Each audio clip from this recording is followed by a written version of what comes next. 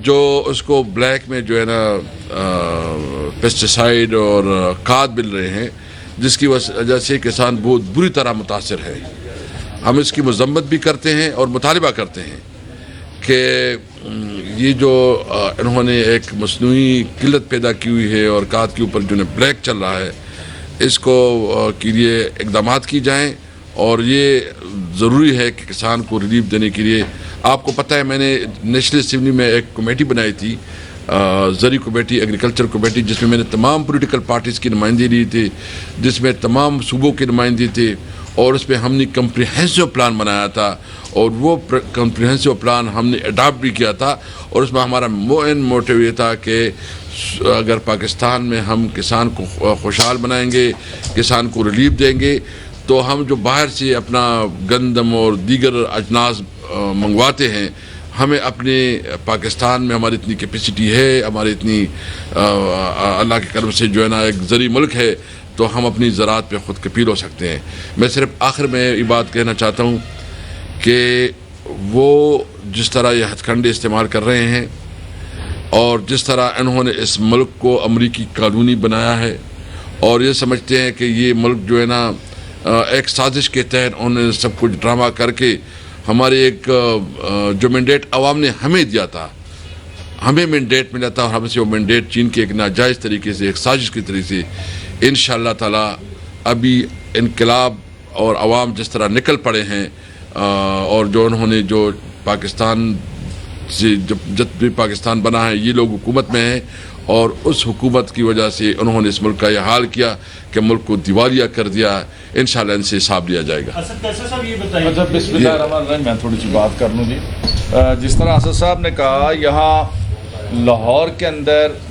مسلم league نون جو اسے تخت لاہور اپنا سمجھتی تھی،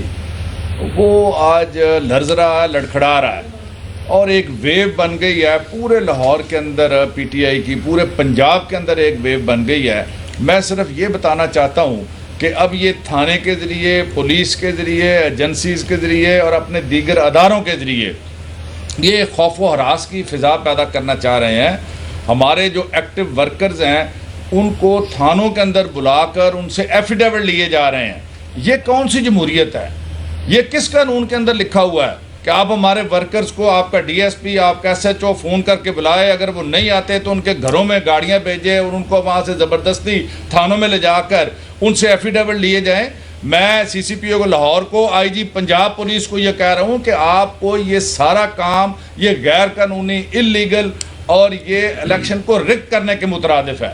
اس سے آپ باز آ جائیں، ورنہ یہ انتخاب والے دن کوئی بھی حادثہ ہو سکتا ہے۔ ہم پیچھے نہیں ہٹیں گے۔ ہماری اس واضح جیت کو اگر آپ کا خیال آیا کہ پولیس کے ذریعے سے یہ شکست پہ بدل دیں گے تو یہ آپ کی بھول ہوگی۔ یہ 88 کا دور نہیں ہے، یہ 90 کا دور نہیں ہے، یہ 2022 کا یہ دور ہے، اور اس میں ہم ویجیلنٹ ہیں۔ ہمارے ہزاروں کارکن ہر پولنگ اسٹیشن کے اوپر پہرا دیں گے، اور اس طرح کی دھونس اور دھاندلی وہ نہیں چلنے دیں گے۔ اکرم آپ بھی بات کر لیں۔ اچھا جی، میاں صاحب نے جس طرح کہا، ہمیں فون کالز آ رہی ہیں اپنے ورکرز کی، جو بھی ہمارا کوئی دفتر کھولتا ہے یا کارنر میٹنگ رکھتا ہے یا کوئی جلسہ ارینج کرتا ہے، اس کے بعد کوئی اے ایس آئی اور کوئی پولیس کی گاڑی بھی وہاں جاتی ہے اور ان کے آئی ڈی کارڈ مانگ رہی ہے، شورٹی بانڈز مانگ رہے ہیں۔ تو میرا خیال ہے کہ ہم جو ہے وہ، اگر انہوں نے آج کے دن تک یہ دوبارہ کارروائی جاری رکھی تو ہم لاہور میں پوری روڈز کو بلاک کر دیں گے، اور جب تک پولیس کی طرف سے ہمیں شورٹی نہیں آئے گی ہم دھرنا بھی دیں گے، اور پورے لاہور کو ہم نہیں چلنے دیں گے اگر تو یہ انہوں نے کام کرنا ہے۔ ان سے میری ریکویسٹ یہ ہے بڑی مؤدبانہ کہ آپ لوگ اس طرح کے اوچھے ہاتھ کنڈوں سے باز آ جائیں، نہ ہمیں مجبور کریں کہ ہم جو ہے نا اپنی شو آف پاور کر کے یہاں پہ لاہور کو بلاک کریں، اور سارا جو ہے نا پھر لاہور ڈسٹرب بھی ہوگا، پھر پتہ بھی چلے گا کہ یہاں پر کو حکومت کس کی تھی یا کس کی ہے۔ تو میری ریکویسٹ ہے سارے اداروں سے اور الیکشن کمیشن سے بھی کہ اس کا فل فور نوٹس لیں اور پولیس کو باؤنڈ کریں کہ وہ اپنی جو ہے نا وہ اپنی ان کارروائیوں سے باز رہے۔ شکریہ جی۔ اچھا صاحب، رات سپریم کورٹ کا تفصیلی فیصلہ آیا اور انہوں نے کہا کہ وہ آپ کی دلیل سے مطمئن نہیں ہے جو مراسلہ بھیجا گیا تھا، تو آپ نہیں سمجھتے کہ یہ جو سازش کا بیانیہ ہے اس سے میرا خیال ہے کہ اب بس کر دینا چاہیے؟ میں نے تو بالکل اس کی وضاحت کی ہے کہ ہم کورٹ کے فیصلے سے متفق نہیں ہیں، ہمیں اس کے اوپر سیریس کنسرن ہے، اور ہم سمجھتے ہیں کہ اور ہم نے اس کے بارے میں آرٹیکل 188 کے تحت جو ہے نا اپنا ریویو پٹیشن داخل کیا ہے، اور مجھے امید ہے کہ سپریم کورٹ جو ہے نا ہمیں جلد سننے کا موقع دے گی۔ اچھا کیسا صاحب یہ کہے گا کہ ایک عام طور پہ کانسٹیٹیوشن میں ریلیٹیوٹی کا ایلیمنٹ نہیں ہوتا، آپ سبز دیکھ رہے ہیں وہ صرف دے رہے ہیں، یہ ابھی تک کافی دیر سے یہی ہو رہا ہے، تو یہ کب تک یہ معاملہ کسی جگہ پہ رکے گا؟ کیونکہ باقی اسٹاف صاحب ہے یہ ادروائز تو یہ ایک ایشو چلتا ہی رہے گا کہ ایک آپ کا پوائنٹ آف ویو 180 ڈگری کا فرق ہے۔ دیکھیں، سب سے پہلے تو بات یہ ہے کہ یہ جو اس وقت اسمبلی ہے یہ تب ہوگا پارلیمان میں اس کے اوپر ڈسکشن ہونی چاہیے، لیکن کون سے پارلیمان؟ جب نیا پارلیمان آ جائے، نئے انتخابات ہوں، کیونکہ اس وقت تو 135 MNA جو ہے نا وہ اسمبلی سے باہر ہے، اس پارلیمان کا تو کوئی حیثیت نہیں رہی ہے۔ تو ہم چاہتے ہیں کہ الیکشن ہو، فوری الیکشن ہو،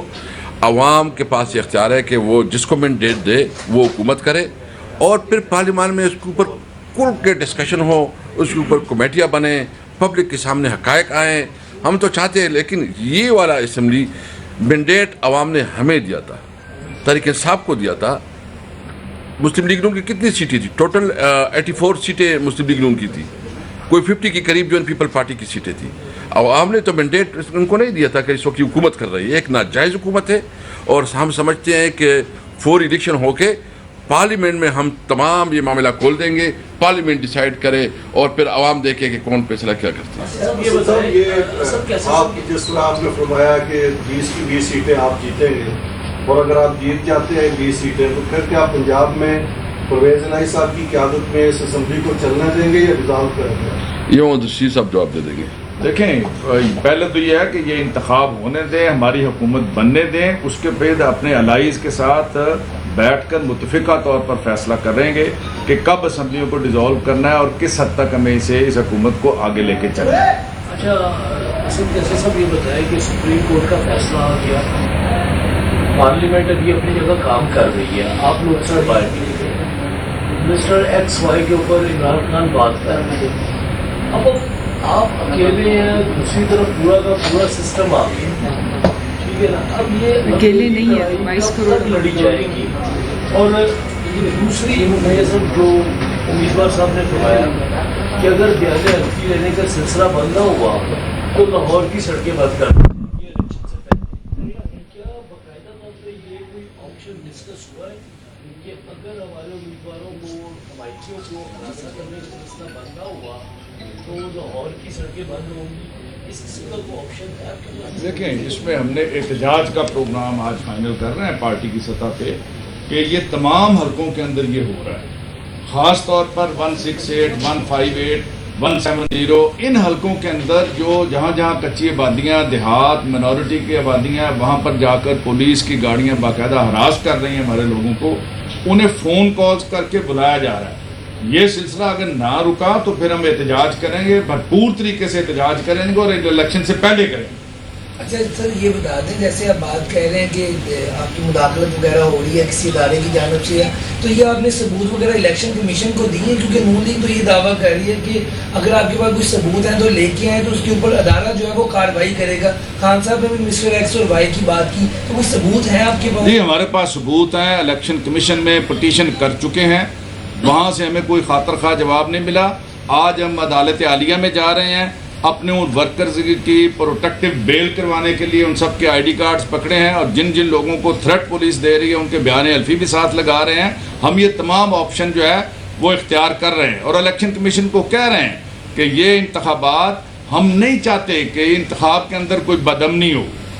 کوئی دنگا فساد ہو، کوئی غنڈہ گردی ہو۔ پرامن انتخابات کے لیے ضروری ہے کہ پولیس اور باقی اداروں کو اپنے قانونی فرائض سر انجام دینے کی حد تک محدود رکھا جائے، اور الیکشن کے اوپر اثر انداز آنے کی جتنی کوششیں ہو رہی ہیں اس کو فی الفور بند ہونا چاہیے۔ اچھا اسد صاحب یہ بتائیے گا کہ ایک بیانیہ جب سپریم کورٹ نے فیصلہ دیا تو تحریک انصاف نے بنایا تھا سرٹیفائڈ چور کا، اور آج اسی سپریم کورٹ نے ایک فیصلہ دیا ہے جس پر دوسری جماعتیں جو ہے وہ بیانیہ بنا رہی ہیں سرٹیفائڈ غدار کا۔ آئین اور قانون کے مطابق چور کی سزا کم ہے اور غدار کی سزا زیادہ ہے، اس بیانیے کا دفاع کیسے کریں؟ دیکھیے، آپ کا مطلب ہے کہ آرٹیکل 6 کی بات کر رہے ہیں آپ۔ آرٹیکل 6 کے آئے، پھر ہسٹری میں دیکھے کہ کون کون جو نا آرٹیکل 6 کے مرتکب ہوئے ہیں۔ جو بڑی بڑی جس نے کنسٹیٹیوشن کی وائلیشن کی نا پہلے ادھر جاؤ نا. آپ کو یہ نظر آ رہا ہے کہ ادھر ہمیں دھمکی دے رہے ہو کہ آپ جو کرنا ہے وہ کرے. نہ ہم کسی دھمکی سے ڈریں گے نہ کسی کی پرواہ کریں گے. ہاں یہ ضرور ہے کہ ہم قانون کے مطابق جو ہے نا اپنا اسٹرگل بھی جاری رکھیں گے اور قانون کو اپنے ہاتھ میں نہیں لیں گے. دوسرا یہ کہ یہ جو یاس صادق استعفیٰ دے کے اور یہ سلمان رفیق اور باقی وزیر وہ دندناتے پھر رہے ہیں، وہ نام کا استعفیٰ ہے.